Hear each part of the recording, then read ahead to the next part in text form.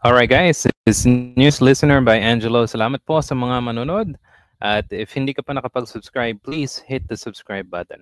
Okay, so guys, pag-usapan naman natin kung anong kawalang hiya ang mga DDS supporter, kung paano minura-mura ang isang madre, okay?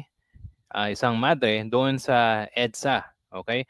Ito ay kasagsagan ng September 21 protest against corruption. Okay, kung natatandaan nyo, yung Trillion Peso March ay isang grupo, several groups, para magprotesta sa EDSA sa uh, sa selebrasyon ng martial law. Kasi ngayong araw to inideklara ni uh, Ferdinand Marcos Sr. yung martial law noong unang panahon. Okay? So dito, sineselebrate natin yung pagprotesta against sa corruption, the mass corruption sa flood control projects. At hindi lang ito sa flood control projects, guys. Ito ay sa corruption sa kahit anong form, okay? Sa ating gobyerno na nilalamas yung ating mga pera, di ba? So dito, ipapakita ko sa inyo guys kung ano ka walang hiyang mga DDS supporter. Minura pa tong madre at kinuyog-kuyog. Okay? So panoorin natin to. Okay? So paunawa po sa mga manonood kasi medyo graphic yung pagsasalita ng mga walang hiyang mga DDS na yan.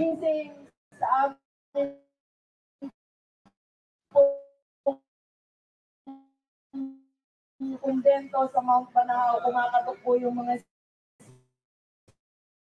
spirito sa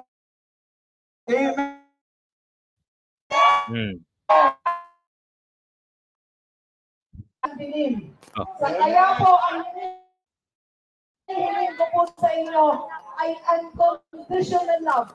Mahalin po natin si BBM. Biktima po talaga siya ng kadiliman. Biktima siya ng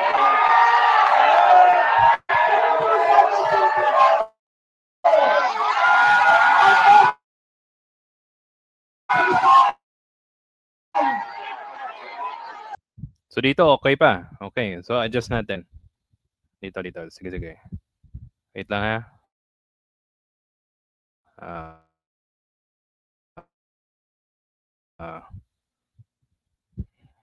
Okay. Oh, yan.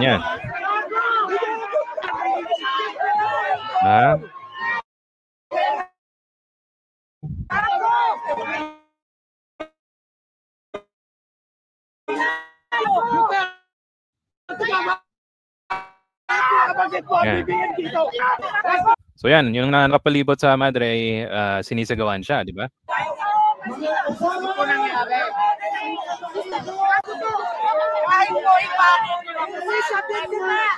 Oh, yan. Yan. Grabe. Di ba?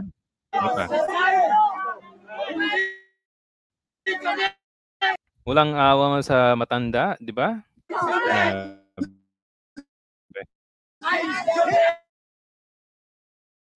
Siya biktima! Si Marcos! Mali ang sinasabi mo! Mali ka! Kailangan malaman ng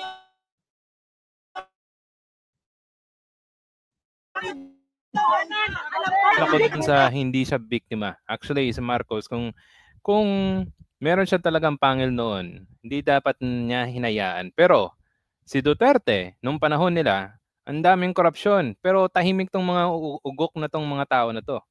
Di ba? O sasabihin nila, ay hindi corrupt si Duterte. Sinong binubudol nyo? Nandyan na kami noon.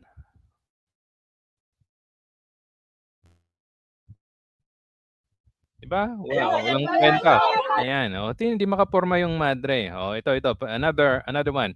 Gaano ka bastos sa mga DDS ka sa another video from TV5, okay? So kinuyog tong TV5 reporter dahil daw na fake news. Pero inigit ni Gary De Leon na hindi niya minention yung nangyaring pagsunog sa isang container van ata, yun. Tapos sinunog yung gulong, tapos sila daw yung nag-umpisa, pero hindi niya sinabi. Dito makita niyo kung ano kawalang hiya mga tao, mga DDS na yan. Yan. Sila talaga yung nag-uunang ng haras eh, di ba? Grabe.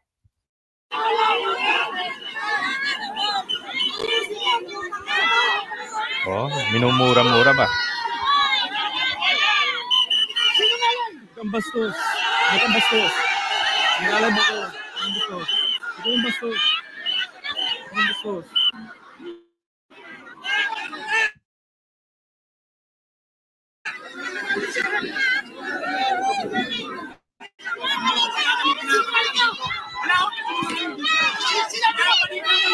Ba?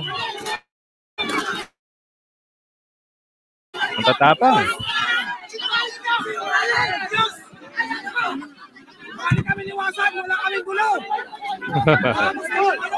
Di ba? Naghahanap sila ng gulo eh. Grabe yung mga tao. Pero dito hindi na daw sinabi. Paano nalaman tong ng mga ugok na to na nag-fake news daw yung yung TV reporter? Di ba?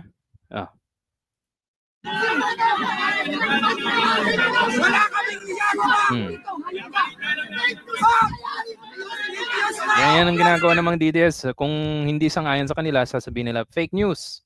Diba? Mga walang hiya.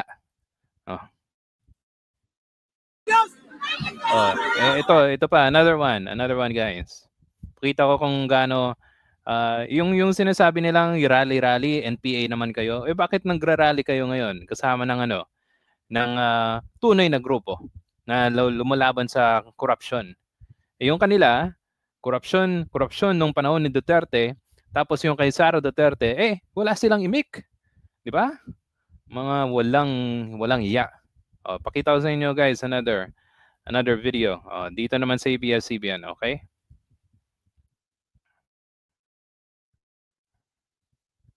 Pikuna ng grupo ng anti-Duterte at grupo ng pro-Duterte sa harap ng Gate 4 ng Cap Aguinaldo. Live mula sa EDSA, nagpapatrol. By the way, konting information din po kung sa mga tao na hindi pa alam.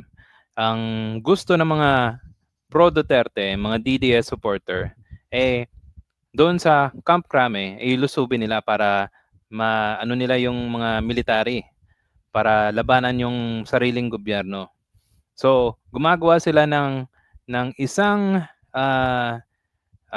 event na mangyari doon mismo sa kampo na yon at para lusubin yung Malacanang, di ba? Yun ang mga reports ayon sa mga ibang tao na na-analyze yung situation. Okay? At dito mo talaga makikita kung sino talaga yung lehitimong gumagawa ng gulo at yung mga taong sumisigaw para kalampagin yung gobyerno. Diba? Okay.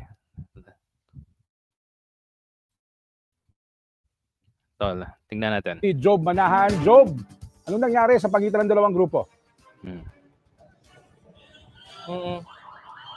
Jeff, nagsuntukan at nagbatuan ng tubig ang dalawang magkaibang grupong yan dito sa harapan ng Gate 4 ng Camp Aguinaldo sa sasagan ng panawagan sa programa ng rally.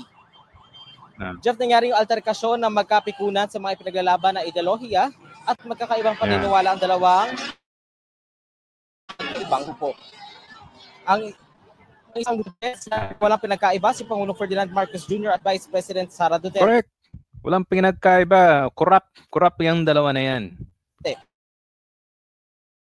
Bukod dyan, nagtataas na ng boses ang organizer at nagtataas na rin ang middle finger ang iba pang ralista hanggang sa nag-ABS-CBN News sa mismong alterkasyon at suntukan. Nagbatuhan din ng gamit at tubig ang basta. Gilang iba pang pero paano nga ba nangyari ito, Jeff? Mayroon ng mga ralista na marinig ang pahayag ng grupo ng mga nagpakilalang dating general na nakapwesto sa harapan ng Gate 4. Diba? Nananawagan, suportahan sila. Ngayon, tameme, walang sumusuporta sa kanila. Iilan lang tao ang sumusuporta sa kanila. Dito na nagsimula ang ibang rallyista na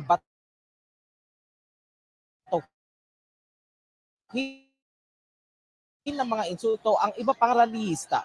Sa ngayon, sabi ng Quezon City Police District ay wala namang kaya pinaalis ng pulisya. Wala pa din. Okay, anyway, yun na yun. So, ganyan ang mga ugali ng mga ugok ng mga Duterte supporters, di ba? At kung natatandaan nyo, may sinunog na container van last time. Napag-alaman na yung gumawa nun at nag-vandalize ay mga pro-Duterte, nag-chant daw sila na sinusuportahan nila ang mga Duterte. So wag nilang sabihin na hindi totoo na sila yung nag-umpisa, sila nag-umpisa. Hindi yan gagawin ng mga grupo ng mga legitimate na mga anti-crusaders. Kung ako sa inyo, isipin nyo guys, bakit gusto nilang pauwiin si Duterte? Diba? Bakit gusto nilang i-resign si Marcos? Para paupuin si Sara Duterte. Yung sinasamba nila, hindi yung bayan, kundi yung mga pamilya ng mga magnanakaw katulad ng mga Duterte. Sila mismo nagsabi na nagnakaw sila. Diba? Nasa bibig, lumabas sa bibig ni Duterte yan. Okay? Hindi yan fake news. Tingnan nyo yan sa online. Okay? Okay, guys. So that's it. Thank you for listening. And if you have any comments or suggestion, please like. And I'll see you in the next video. Salamat po.